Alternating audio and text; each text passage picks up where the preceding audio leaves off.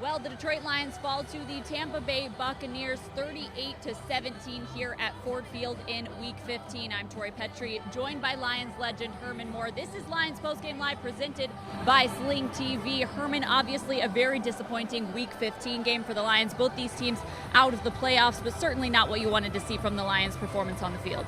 I was hoping to be able to see a much more competitive game. Once this game, I think, got out of hand at 21-0, it became apparent that this was a team that was having some struggles. I didn't expect it to be where it was. I did expect the Lions to come out and compete a little bit more. I thought they tried to pick it up and come back as the game got a little bit closer, but you could see that eventually the miscues and the mistakes started to take their toll. And for this team, it does a lot to their confidence and their momentum. So this is going to be a tough one to swallow, but you're at home. You got one more game, but it doesn't look that great. When you have a game like this where there isn't much on the line for either team, you're really watching a lot of young guys. You're watching to see how the team handles being in a situation like this. How did you assess what we saw from them in those areas today? Well, I felt that the team could have come out with a little bit more fire. The stadium didn't have the atmosphere that you want from a home game, but at the same time, it still has to be a game that has to be played. They prepared all week for it. Yeah, you don't have a lot of your players. Most teams are missing guys here and there. You don't know who's going to be around. But this team needs leadership on the field in the absence of guys like Matthew Stafford, who is not here. And maybe you're missing some guys in that area. But at the same time, they've got to find a way to just be able to bring what's necessary to win football games. And Coach Patricia, I'm sure, is going to have a long talk with his team. But unfortunately, for this team, it's going to take a lot more than just words.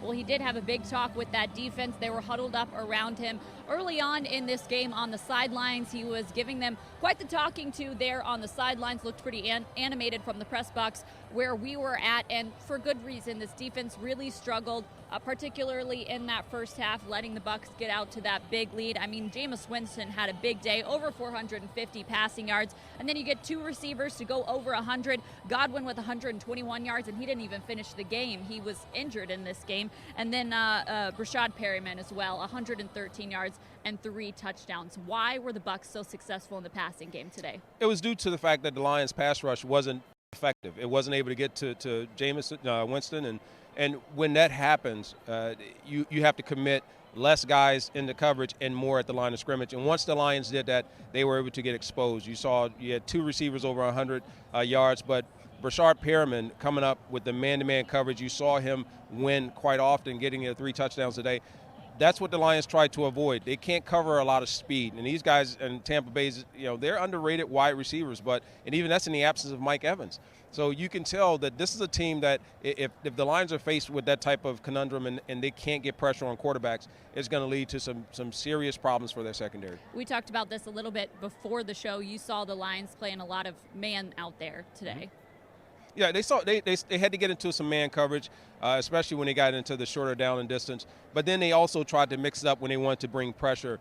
They were able to get Winston to kind of flush out of the pocket. But then when you get guys that are running down the field and they're running open, it's hard to cover guys for 4 and 5 seconds in the NFL. I don't care what kind of receiver they are.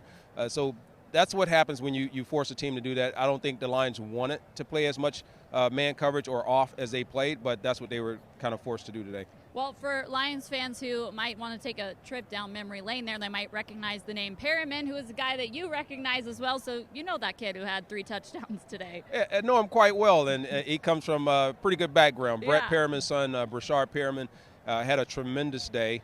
You mentioned 113 yards, receiving 3 touchdowns. And that was kind of a breakout thing for him. I mean, he's been a guy, he was with the Ravens for a while, and it didn't quite pan out there, but then it seemed to have found a home here with Tampa Bay. So with him, I know they're happy with his production and his turnout today. And then Amendola, I thought, came through with some big clutch catches for the Lions. Galladay wasn't as effective, but I know they wanted to get him the ball, but it's a different quarterback, different rhythm and those things. But we'll see what happens as the Lions go through the last couple games of the season, and hopefully they can get something going that will make them feel a little bit better about ending the season on a positive note. Yeah, obviously this was a bit of a lackluster game for the Lions, but the third quarter wasn't so bad. That was when we saw the biggest fight I felt from this team. I mean, you see that they had 56 yards only in the first half, and then they come back and have 191 yards in that third quarter. Obviously, they don't win the game, so you don't get a participation trophy for that or anything. But at this point in the season, what you're looking at is you're looking at quality of play and how they respond to things. So I did think that they responded decently well out of the half to put a little bit of fight out there on tape. We saw Wes Hills, who was just signed to the roster, to the active roster yesterday, come in and score 2 touchdowns. So you want to see that from guys who you bring in as backups. You do, and to get that production means that you had to move the ball down the field, and that was a team effort. So we saw them put together a string of drives that resulted in some positive plays. We saw them take advantage of some opportunities that they end up stopping Tampa Bay and then converting those into points. But when do you raise the bar? The bar here has to be raised for this team. Just coming out and competing isn't enough in the NFL. Yeah. You have to be able to win football games. You have to be able to overcome adversity. You have to be able to say, okay, do we have enough depth in our players and our positions to be able to compete when we lose a key guy? So this is something they're going to look long and hard at. I commend the guys who did continue to fight, but at some point you still have to just look at this and say, where do we go? Where does this organization go to make this take another step? All right, we have a lot more coming for you on the post-game show here. You will hear from head coach Matt Patricia as well as the quarterback. But before we get to that, take a look at some of those plays from that third quarter. Back to the 43-yard line. Pressure on Wilson, and the pass is intercepted by Jelani Tavai. Third down and 10, and Detroit's going to get a chance. Third and 10, taking the deep shot here, and the flag goes down, and he was interfered with Danny Amendola, and you can see a hand on him, and they'll call this pass interference against Tampa Bay for sure.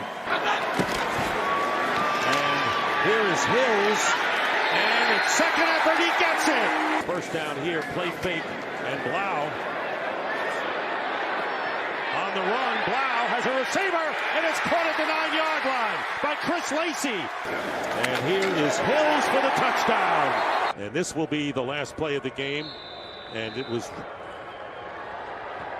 that does it. So Jameis Winston with 4 touchdown passes today, and we're going to send you right now to Green. I want to stay home and sling, but you don't have a good excuse. You gonna come by? I would, but I've got laryngitis. Laryngitis. My cat might die. I would, but I totally don't want to. Get the #1 live TV streaming service for less at sling.com. Welcome back into Lions Postgame Live, presented by Sling TV. I'm Tori Petry. Of course, Herman Moore joins me. We are talking about the Lions' 38-17 loss to the Tampa Bay Buccaneers. Let's take a look at the statistics from today's game. Obviously, the first thing that jumps out is the passing yards for Jameis Winston. 2 receivers over 100 yards. Something else that sticks out to me is that the Bucs were really able to stop the run well. That was kind of their calling card for their defense coming into this game. And the Lions did have 2 rushing touchdowns, but outside of that, not a lot of rushing yards for this team today. It wasn't much at all, and I'm glad you actually mentioned that, because I was going to say one of the other issues that the Lions had in this football game was their inability, again, to be effective running the football. And I thought they were building a little bit of momentum, even though they've had, kind of a mixture of guys going in and out in the backfield. But today it just was not there to be had. And I think that's what allowed also Tampa Bay to be able to put more pressure on the quarterback, because they knew they really were going to stop the run on their way to the passer. Well, obviously, Bo Scarborough was banged up this week, did not play in today's game. They had Ty Johnson out there, J.D. McKissick before McKissick was injured, but I think the bulk fell on Wes Hills, who was just signed to this active roster yesterday. He had to step in and take over a role, but then you look at the offensive line. They were kind of piecemeal today with all the injuries that they have had up front, and it's tough to get a run game going when you have injuries like that up front. It's tough, especially when you look at the size and the guys and the aggressiveness of Tampa Bay's defensive line. I thought they did a really good job of filling in the lanes and getting to the backfield early in the football game. And then they were also able to sustain that and be able to make some tackles in the backfield on the running attack. So, as you mentioned, the offensive line was kind of piecemeal together. I don't think the cohesion they needed was there. But this is again a team that is going to have a lot of things to look at when they go back and look at the film for next week's game. Yeah, Joe Dahl did not play in this one. Rick Wagner out of this one as well. And then during the game, Kenny Wiggins, who was stepping in for those injured guys, he ends up going down as well. So just injuries all across the board. Really, there were injuries all over the team today. Mike Daniels, who struggled with injuries early on in the season, he left this game with a shoulder injury. Darius Slay at one point left. Tavon Wilson at one point left. Devon Kennard with that hamstring injury. And he's really been a big part of the Lions' ability to pressure the quarterback. And we saw a little bit of that today with a third down sack by him. But he's been really the biggest piece on that Lions defense when it comes to pressuring the quarterback. Whenever you just get it from wherever you can get it. And the Lions, they've struggled with that all year. Whenever they have the opportunity to go in and bring more than just 4 guys, it helps them be a little bit more aggressive in the backfield, in the opponent's backfield. But it extends beyond that. I think, again, it's rotating these guys in and out. It's being able to figure out who's going to be playmakers. After they got their initial first touch, the first touch, I thought it was going to be good. I'll stop you right there. Head coach Matt Patricia is at the podium. Take a look.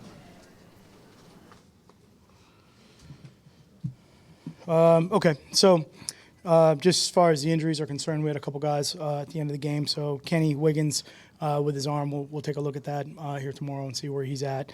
J.D. McKissick was kind of in the shoulder, neck area there, so we're going to get some looks on that. Kennard was his leg. He couldn't come back. We'll see where he's at, but I think he should be, okay. We'll see what it looks like this week. And Mike Daniels with his arm. So, he went out a little bit early on that deal. See where he's at from there. So those would be the 4 main ones right now that we're really, kind of grinding through here after the game. I think for us, obviously, slow start, not really what we want to do against an explosive team like this. Obviously, it's detrimental. They can score extremely fast. They're, very aggressive defense. They have good players on, both sides of the ball, so you got to do a better job to start the game.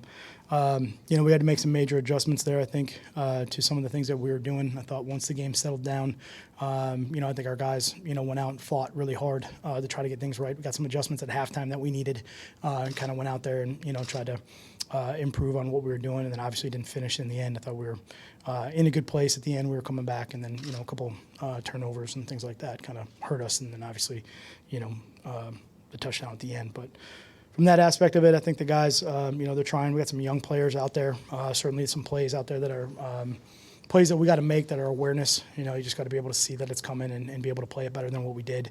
So certainly from that aspect of it, we'll go back, we'll recoach it and make sure that we're all, getting better from that aspect of it, coaching and playing. But some of those young guys are out there. They got an opportunity. They got to step up and go too from that aspect of it. So, but again, I think the one thing that is consistent is the team fights. They work hard, really, regardless of who's out there. Sometimes we get down a couple guys and we're trying to figure out different combinations of things that we can do. So from that aspect of it, we just gotta try to do a better job here to start the game and get out there a little bit faster. But give Coach Aaron's credit. He's got those guys playing really hard, really well. They're good players and they're playing really well together. So they were ready to go. But we'll just go to questions. Matt, can you put your or the team's frustrations at not being able to finish these games into words? It seems like that's what that's the theme during the season. Yeah. I don't think you ever want to put frustration into words because it never comes out right. So I would say for us, we understand. We just look at it from a standpoint, okay, why? What are we doing, and how do we improve it? From that aspect of it. So, that's what we got to do. But certainly, we know in the NFL, when you don't start fast, you're going to be behind it from the start, and that's going to be a play here or there. Where if it doesn't go your way, or you don't make a play happen, then you're right back into that tough situation. So we could help ourselves that way. That would help. You gathered the guys together on defense there, I think, early after the quick Yep. start by them. Just what did you say to them? Yeah. What do you think? How do you think they respond? Probably keep a lot of that private, but I would say I was obviously not happy, with where we were at, how we were starting. I don't think they were happy with it either. I think they understand that, and there's certain things that we got to do from that aspect just to settle things down and go out there and do what we're supposed to do and not try to do something else. Play aware, know who their players are, know where they're lined up, and we can't have that happen. So I wasn't, was in a situation where I was not happy. I think the players know that. I don't think they were happy, and we needed it to stop. And we made the proper adjustments. I thought we did get it, did get it stopped for a little while. I thought that was good. Injuries part of the game. We talk about it all the time. Yeah. But just the attrition you guys have gone through the last Yep. couple weeks, and specifically this week with 4 new guys on IR. Yep. How difficult is that for you as a coach to prepare that many Yeah. next men up? Yeah. It's part of the deal. It's not easy, but it's part of the deal. But, we tell the guys we got to be ready to go, and these are the scenarios that might come up. And if they come up, everyone's just got to be ready. Certainly we understand that from that aspect of the game where injuries are going to occur. Sometimes you get a lot more than not, and just seems like we've had a lot. So from that aspect of it, a lot of guys got to be ready to go, and they got to prepare hard. And when those different combinations come up based on who's in and who's not and some of the different packages, it is important because there's a lot of things out there on the field, like as far as communication and just experience that changes once that happens. And those guys got to pick up where everybody left off. So that becomes a little bit challenging from that aspect of it. I know you study injuries closely, kind of injuries you're sustaining when, and all those sorts of things, and maybe why. Have you been able to ascertain at all Yep. why you're sustaining so many injuries? I would say not the why at this exact moment, but we're certainly looking into a lot of the similar type of injuries and some of the things that we're getting, and we are diving into a lot of that. Certainly, absolutely. There's a lot of variables that go into it too, and we're trying to make sure that we can sort through all of kind of the external stuff and just get to the core of what really is going on. So I'm on that. Take a great deal of pride in your team's conditioning from the start of the program to now. Yeah. With some of these fourth quarter struggles during this 7-game streak, how do you feel your team's conditioning has been this season? I don't think it's really, honestly, I don't think it's a conditioning issue at all. I think our team's actually they're in really good shape. Even the guys that come in, that have to play, that maybe haven't played a lot of football this year, I think those guys are in really good shape. I think they work at that a lot. To me, I think some of the stuff at the end of the game is we have kind of, in different categories in conditioning, I would say, from that aspect of it. Those guys, you rarely get those guys out there where they're just totally gassed by the time we start the fourth quarter. So you wanted to get the guys juiced up. I wonder what you thought about that. I think, just Danny Amendola in general, I think is one of the toughest guys that we have. He's one of the most competitive guys that we have. He plays so hard. I've known Danny for a long time. I love him to death, and, I'd do anything for the guy. He's a football player. He's trying to go out, and he's, putting his body in crazy positions to go try to make plays. So, I appreciate that a lot. Specifically about that play, though? I did not. And you had a long conversation with Mark before the game. I don't want to say maybe just specifically what we Yep. talked about. Can you share anything generally about the chat? No, just, a lot of just general conversation and just catching up and, some of those things. Had the meetings this week, so just kind of just talking a little bit. That's about all. We good? All right, thanks. Thank you. Yep.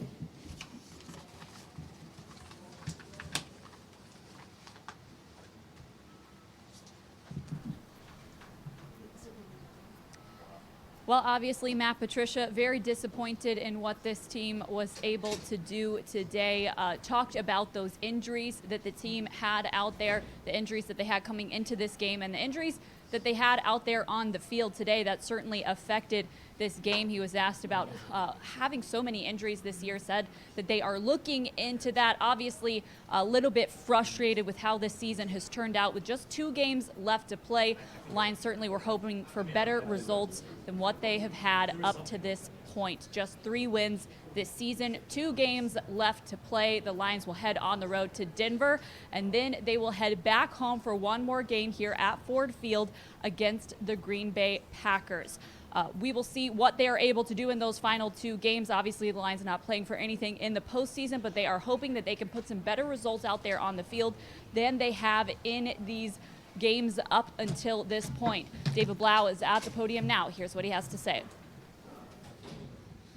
Well, David, obviously slow start for you guys, but you battle yourselves back, get within 1, just take us through the interception there. Yeah, can't do it. Can't do it. Obviously, it's a play that we'll come back to, that we'll look at, that, ultimately was kind of the dagger in the game. And, Danny ran a good route. I left it a little behind him, and the guy made a good play and went the other way with it. And you can't do it. As, playing quarterback in this league, you got to value the football first and foremost. And it's just frustrating that it happened there. And after the guys fought so hard to battle back, and I'll take it. It's on me. It's frustrating. Injuries are part of the game. You guys have particular large numbers in offense. What kind of challenges has that been for you? Just so many guys coming in out of the lineup. I mean, I think as a football player, you just go and play the next snap, and that's the mindset you have to have. And you can't worry about who's in. We're all here trying to do our best job every single snap, and we trust who's ever in the huddle. So, obviously it's not ideal with some injuries, but that's everyone across the league. It's week, 15, and everybody's banged up. So we'll be all right. We'll keep fighting. David, over these first few starts, as you kind of evaluate your performance, what have you learned about NFL defenders in particular to how, I guess, they react to your eyes and where you're looking?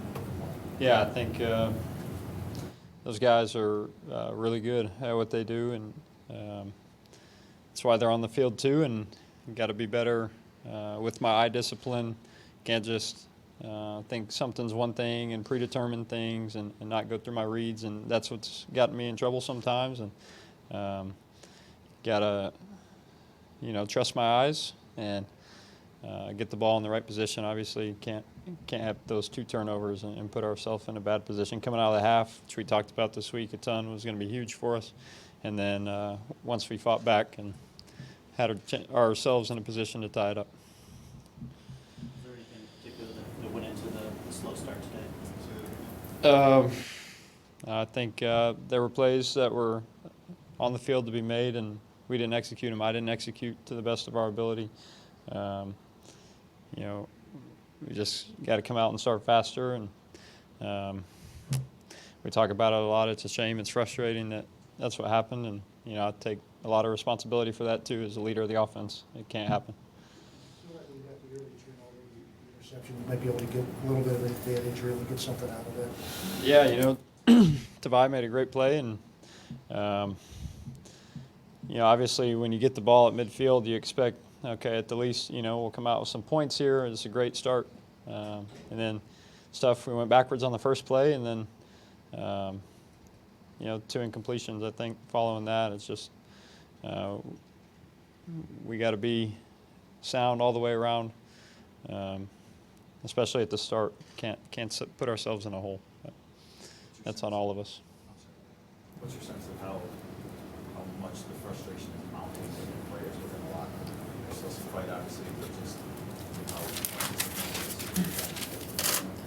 Yeah, we signed up for all 16, and we're going to go and fight for the rest of the year. And, it's frustrating, obviously. Guys, we work hard and give everything we got, and it's no fun when you end up getting beat by 3 touchdowns. And nobody in there enjoys that. And we're going to go back to work tomorrow and try to correct it and just improve as men and players, and that's all you can do. You go back to work and you work and you work, and you see what happens, and we're better for it at the end of the day because of it. You guys good? Thanks.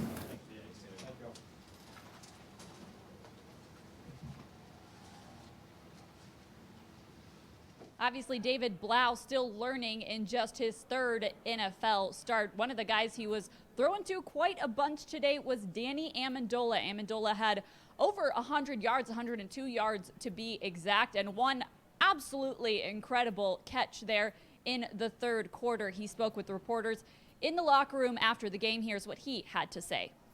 There's 31 teams that go home disappointed, and there's one team at the end of the year that's happy, and I know that from experience. And we got a lot of guys that are beat up, banged up, and injured, and we got guys rolling in, next man up, trying to step up, trying to make plays, and everybody here is trying their best. Everybody's fighting, and I love how everybody comes to work. I love how we fight on game day, and whatever the situation may be, we're going to get out there and we're going to fight for our brothers. So that's what I love about this team. But fight isn't always enough. I mean, you said it in this game, right? The goal is to win. So that's right. How do you... We got to find an edge each week. We got to,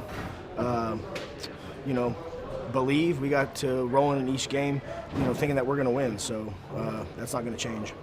How much is your head coach need out of a guy like you who's been with him before? You're going to have to ask him that, yeah. Do you feel like you kind of need to be that guy, though, in the room and just keep everybody even-keeled? I try to get guys going, you know what I'm saying? Guys either have they played or have they not played. Guys got to get in there, whether they're experienced or not experienced. Guys got to get up there and make plays. So, we're always going to fight. We're always going to prepare, and we're always going to, believe that we're ready. So, back to work this week. Try to get a win. So, going to Denver, and I'll see y'all there. Hey, Danny, what about Wes Hills? You're a guy who had to fight for your place in the league. He's a guy who's kind of overcome a lot of adversity. He scored a touchdown today. Scored two touchdowns today. Perfect. Even better. We needed him. How much respect do you have for someone? I love him as a player, man. He's a great person, great guy having in the locker room. He works hard every day, and I was excited to see him get in the end zone. You threw the ball into the stands there. Were you just trying to get yourself and the team fired up there? Yeah, juiced up, man. Juiced up. Did you feel that? I did. Good. Perfect. I'll accept the fine. Thanks, guys. How do you read that, dude? I'll read it, Would you Jack. rather sling in or go to a party? For Pepper, the dog. Oh no! Rabies outbreak! Better get home right away. And Sling. Get the #1 live TV streaming service for less at Sling.com. Well, it's good to hear from those guys. I know they are frustrated with how this season has turned out. Herman, you've been in their shoes before and been at the end of a frustrating season. What is that like as a player? How do you keep your concentration when you still have 2 games left to play and things have been tough up to this point? It's one of those deals where, as a player, you have to go in and understand what the objective is, and that is to just continue to get better as a team. For the Lions right now, Coach Patricia, the toughest challenge he's going to have is how does he motivate them? What are the message points that he gives this team as he goes and he prepares them, along with his assistant coaches, for the remaining games for this year? And then where do you find the leadership to pull off of that from within the locker room that can then take that over into the field and then be able to have that happen the way you draw it up in your meeting room? So this is going to be some of the challenges they're going to be faced with. I think it's going to be more mental than the physical. I know a lot of people talk. Coach Patricia was asked, is your team tired?